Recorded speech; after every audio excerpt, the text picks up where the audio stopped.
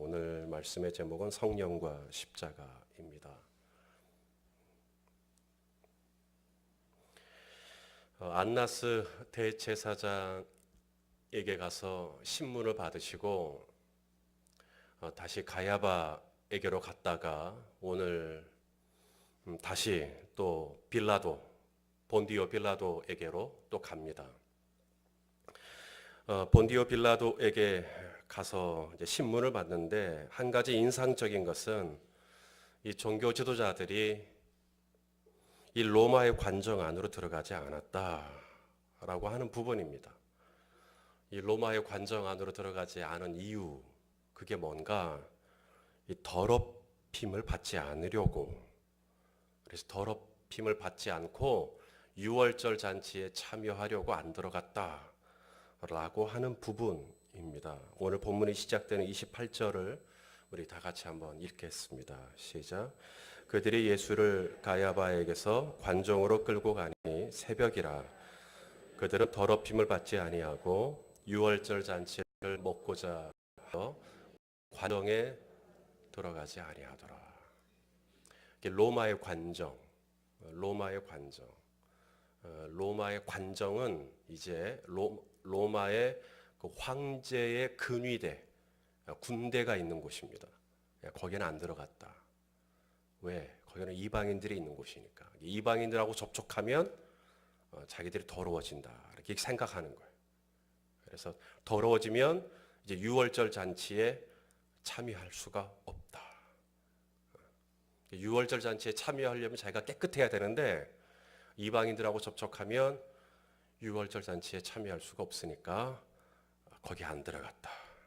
그래서 빌라도가 밖으로 나왔다. 총독이 밖으로 나왔다. 여기 이 더럽혀진다, 이 히브리어로 미아니오라고 하는 단어인데, 이 미아니오, 이게 레위기하고 민수기에 자주 나오는 단어입니다. 이게 마음, 양심까지 더러워진다, 이런 뜻이에요. 종교적으로 더러워진다, 마음까지, 양심까지 더러워진다. 여러분, 죄 중에 죄가 뭔가? 죄 중에 죄가 뭔가? 문둥병, 살인하는 것, 도둑질하는 것, 간음하는 것, 물론 이런 것도 다 죄죠. 근데 예수님이 죄가 뭐라 그랬는가? 예수님이 요한복음 16장 8절에, 자, 같이 한번 보겠습니다. 시작. 죄에 되어야라 함은 그들이 나를 믿지 아니하고. 이게 진짜 심각한 죄는, 물론 사람 죽여도 죄지만, 사기쳐도 죄지만, 진짜 심각한 죄는 예수님 안 믿는 거거든요. 지금 저들이 하려는 일이 무엇이냐면 예수님을 죽이려는, 유월절 양으로 오신 온 인류의 죄를 대속하시는, 저와 여러분의 죄를 대속하시려고 오신 유월절 양으로 오신 예수님을 죽이려고 하는 것입니다. 하나님의 보내신 하나님의 아들을 죽이려고 하는 것이죠. 이보다 더 추악하고 더러운 죄가 어디 있습니까? 그런데도 저들은 로마의 관정에 들어가지 않습니다. 로마의 관정에 들어가지 않고 자기 스스로는 죄가 없다라고 생각하는 거예요. 이보다 더 더러운 죄는 짓지 않고 있으면서 자기 스스로는 이보다 더 깨끗할 수 없다고 생각하고 있는, 이런 넌센스가 어디 있습니까? 이것이 인간의 죄성입니다. 그래서 성령님이 오셔야 합니다.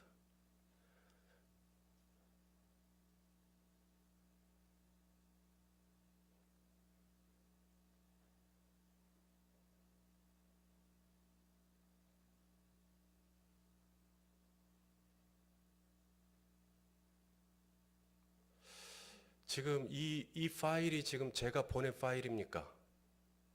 이 파일은 제가 보낸 파일이 아닌데 이상하다. 오케이. 요한복음 16장 8절에 요한복음 16장 8절을 좀 보시시죠, 여러분들이. 요한복음 16장 8절에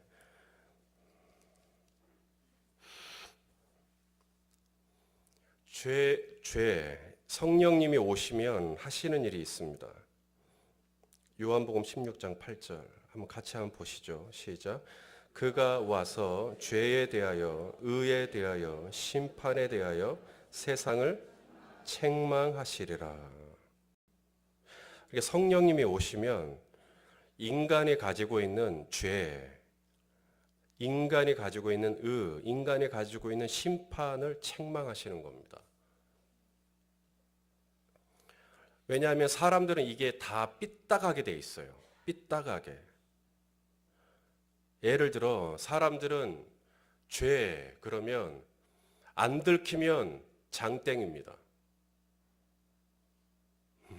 안 들키면 장땡이에요. 그러면 자신들은 죄 문제에서 자유로워 버립니다.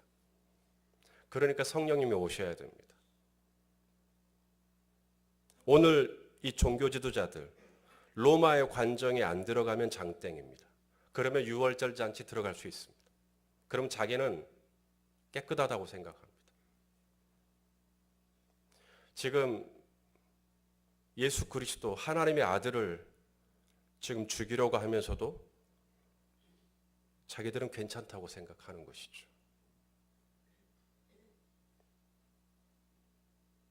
로마의 본디오 빌라도의 경우 나중에 어떻게 하시는지 아시죠? 오늘 본문에도 나오지만 예수님이 죄 없는 것 안다 모른다. 알죠? 38절 말씀, 오늘 본문이 끝나는 38절 우리 같이 한번 보겠습니다. 자, 38절 같이 봅니다. 시작. 진리가 무엇이냐 하더라. 이 말을 하고 다시 유대인들에게 나가서 이르되 나는 그에게서 아무 죄도 찾지 못하였노라.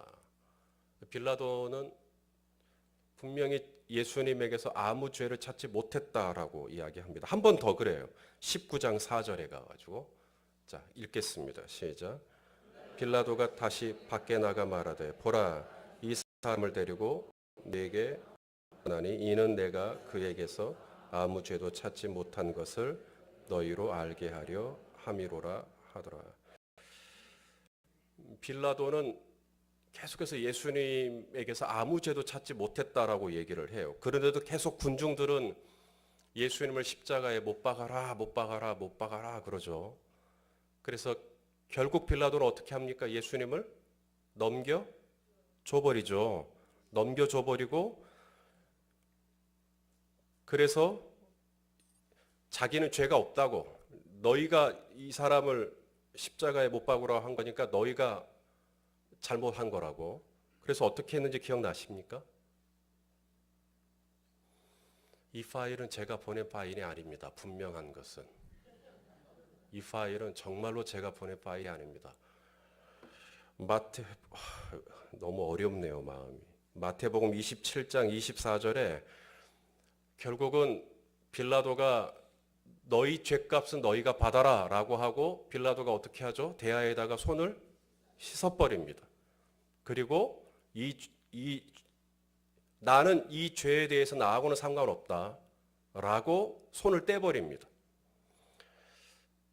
이것이 빌라도가 죄를 처리하는 수준입니다. 그러니까 죄 없는 줄 알면서도 예수님을 십자가형으로 넘기면서도 그러면 죄가 없는 분을 십자가형을 언도하는 이 엄청난 죄를 지으면서도 손을 씻으면 그게 끝이냐고요. 그런데 본인은 손을 씻으면 그게 끝이라고 생각하는 겁니다. 손을 씻고 이제 이 사람을 무죄한 자를 십자가에 못 박은 이 죄를 너희가 그럼 감당해라 라고 하는 것이 빌라도가 죄를 처리하는 수준이라니까요. 이것이 세상 사람들이 죄를 처리하는 수준입니다. 손을 씻으면 땡, 로마의 관정에 안 들어가면 땡, 안 들키면 땡. 그래서 성령님이 오셔야 됩니다. 성령님이 오셔야 이 죄가 계시가 되어야 아, 내가 이렇게 죄인이구나 라는 걸 깨닫게 됩니다. 그래서 이 고난주간, 오늘 우리 최종주 집사님도 기도하셨지만 정말 이 고난주간 성령님이 오셔서 내 안에 있는, 우리가 정말 십자가 내가 처음 볼 때 나의 이 눈이 밝아져야 되는데, 이 눈이 밝아진다라는 게 뭔가, 십자가에 달려서 피 흘리신 그 예수님이 왜 도대체 무엇 때문에 거기서 그렇게 고난을 당하셨는가? 바로 나의 죄 때문이구나 라고 하는 것. 근데 그 나의 죄, 그 눈이 열려야 되거든요.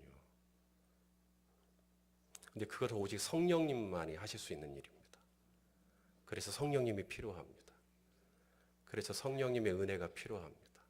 이 은혜가 있게 되시기를 간절히 소망합니다. 그래서 성령님이, 이 고난주간에 성령님의 은혜가 너무너무 필요합니다. 성령님께서 이 은혜 주시지 않으면 이 고난주간 진짜 무의미하게 지나갑니다. 그냥 딱딱하고 그냥 무미건조하게 지나가 버립니다. 왜냐하면 내 죄가 한 번도 열어지지도 않고 내 죄가 한 번도 터치된 적도 없고, 그런데 십자가 앞에서 무슨 느낌이 있겠어요?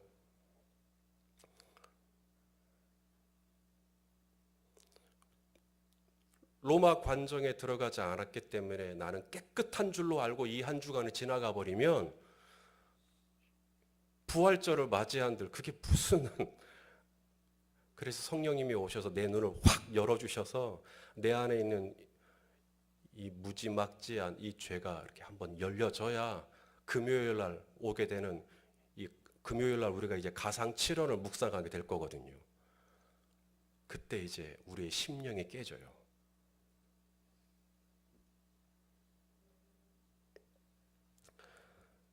성령님, 우리의 눈을 열어 주시옵소서. 그게 은혜예요. 그런 게 그게 은혜예요. 자, 빌라도가 사람들에게 물어요. 이 사람 왜 데려왔냐? 그러니까 사람들이 이 사람 죽여달라 그래요. 그러니까 너희 법대로 죽여라. 우리 법에는 죽일 수 없다. 아니죠. 구약의 율법에도 사람 죽일 수 있죠. 돌로 죽일 수도 있고 죽일 수 있어요. 그런데 이제 로마의 속국이기 때문에 로마에서는 함부로 죽일 수 없도록 해놨어요. 그러니까 우리 법에는 죽일 수 없다. 그러니까 지금 저들이 예수님을 죽여달라는 건데, 예수님을 어떻게 죽여달라는 거예요? 돌로 죽여달라는 거예요? 아니면 목매달아 죽여달라는 거예요? 어떻게 죽여달라는 거예요? 그렇죠. 십자가에 가장 잔인한 방법으로 지금 죽여달라는 거거든요. 왜? 그렇게 십자가에 아주 처참하게 매달아서 죽이면 그동안 이 예수님이 했던 모든 말들, 뭐 본인이 하나님의 아들이라느니 뭐 했던 모든 말들 다 거짓말이 되는 거고 헛소리가 되는 거고, 또한 예수님을 따랐던 그 수많은 사람들 다 뿔뿔이 흩어지게 될 거고, 또한 예수님이 자기들을, 이 종교 지도자들을 가리켜서 뭐 독사의 자식이라느니 뭐 회칠한 무덤이라느니 예수님 때문에 실추된 모든 명예들, 또 예수님 때문에 여러 가지로 불편했던 이 그동안 약간 좀 구렸던 이 부정축제 했던 것들 다시 할 수 있고, 여러 가지로. 그래서 예수님 그냥 없애자는 거거든요. 예수님 때문에 불편하니까 예수님 그냥 없애버리려고 하는 거거든요. 근데 중요한 건 그 다음 절입니다. 32절. 자, 32절 오늘 본문입니다. 자, 32절 말씀을 같이 읽겠습니다. 시작. 예수께서 자기가 어떠한 죽음으로 죽을 것을 가리켜 하신 말씀을 응하게 하려 하심이라.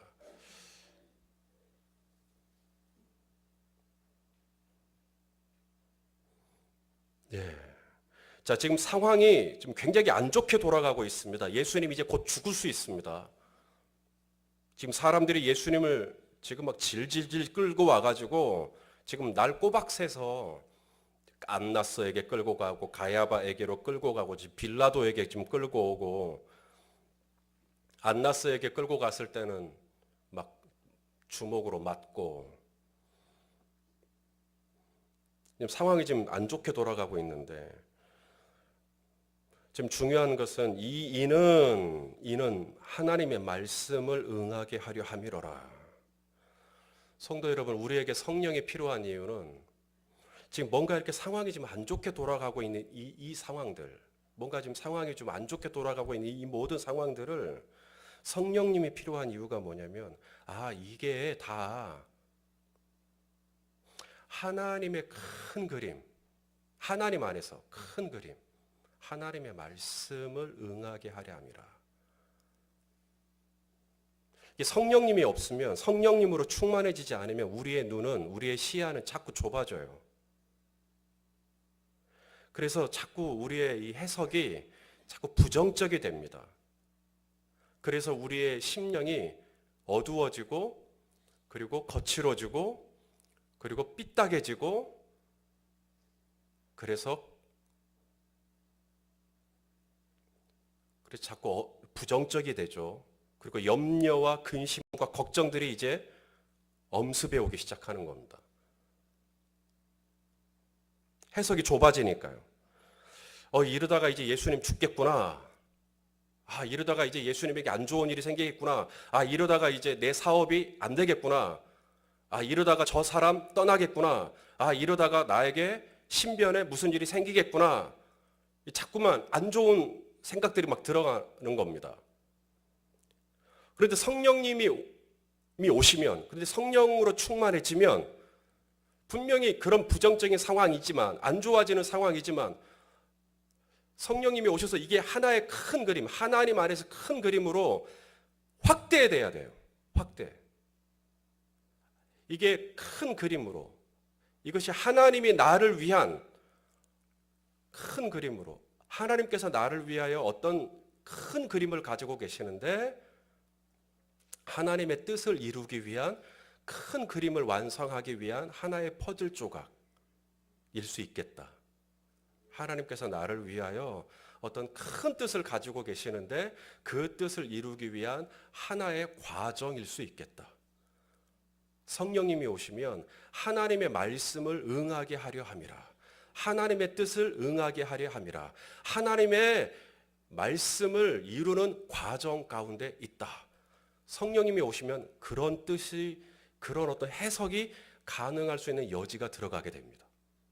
근데 성령님으로 충만해지지 않으면 절대 그런 해석이 불가능해져요. 예수님이 말씀하셨습니다. 요한복음 13장 7절 말씀. 요한복음 13장 7절 같이 한번 읽어봅시다. 읽어보죠. 시작. 예수께서 대답하여 이르시되 내가 하는 것을 네가 지금은 알지 못하나 이후에는 알리라. 지금은 절대 알지 못합니다. 우리 성도님들이.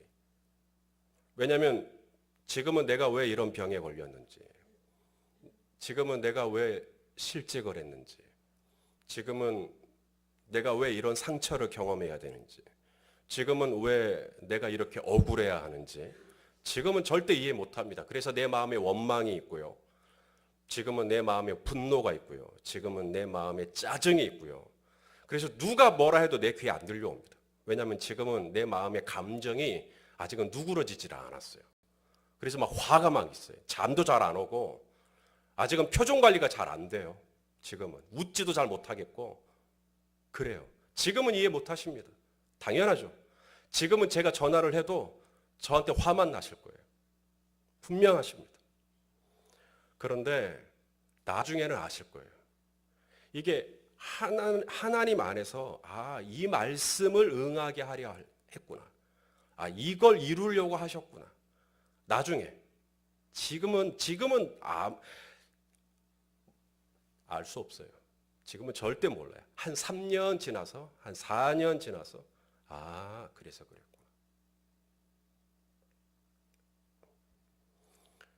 여러분, 하나님을 신뢰하실 수 있기를 바랍니다. 예수님이 왜 이날 저녁에 이렇게 막 질질 끌려다니시고 왜 이렇게 사람들에게 고초를 당하시고 왜 이렇게 몰라요. 왜 그러셨는지 제자들도 모르고 아무도 몰라요.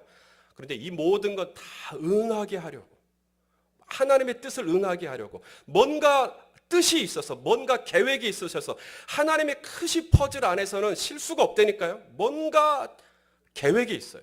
우리 성도님들의 삶에도 새 한 마리 떨어지는 것도 하나님의 경륜이 있고 뭔가 하나님의 계획이 있으신데 우리 성도님들의 삶에 일어나는 모든 일에도 하나님의 섭리가 있고 하나님의 실수 없는 계획이 있고 그러므로 우리 성도님들이 지금 당장 가슴 아프고 지금 당장 이해가 안 되고 지금 당장은 너무너무 원망스러운 사건이라 할지라도 성령님이 필요한 이유는 이 큰 그림, 하나님 안에서 이 큰 그림을 헤아려 볼 수 있는 하나님께서 그 말씀 이루려고 우리 가정을 향한 몇 달 전에 아니면 몇 년 전에 그 말씀 주셨는데 그 말씀 응하게 하시려고 우리 남편을 세우신다고 그랬는데 그 말씀 응하게 하시려고 이러한 과정들을 허락하셨던 거였구나. 내 자녀를 하나님께서 그렇게 세우신다 그랬는데 그 말씀 응하게 하시려고 이런 과정들을 허락하셨던 거였구나. 다 이해될 날이 올 줄로 믿습니다. 분명히 옵니다. 분명히 옵니다. 지금은 아무리 눈 껌뻑껌뻑 그래도 이해 못합니다. 지금 제가 하는 이 말도 어쩌면 저 말이 뭔 말이요? 할지도 모르겠어요. 근데 성령님이 오시면 첫째, 죄가 이런 거구나. 나는 안 들키면 땡인 줄 알았고 로마 관장 안 들어가면 땡인 줄 알았고 나는 손 씻으면 땡인 줄 알았고 그런 줄 알았는데 성령님이 오니까 성령님이 보여주시니까 이것도 죄였네 저것도 죄였네. 성령님이 오시면 하나님 안에서 사건이 해석이 되기 시작합니다. 사건을 바라보는 내 마음의 여유가 열리기 시작합니다. 그리고 하나님께서 어떤 큰 그림을 가지고 있다라고 하는 하나님을 향한 신뢰와 믿음이 내 안에 생겨나기 시작합니다. 그러므로 사랑하는 여러분, 오늘 이 아침에 우리가 이 성령을 구해야 할 줄로 믿습니다. 말씀이 그 이후에도 있지만 오늘 프레젠테이션 상황이 열악하므로 이쯤에서 줄이라는 뜻으로 알고 여기서 줄이겠습니다. 자, 오늘 하루도 승리하시기를 예수님의 이름으로 축원합니다. 옆에 있는 분에게 성령 충만하십시오 인사하겠습니다. 자, 우리 말씀을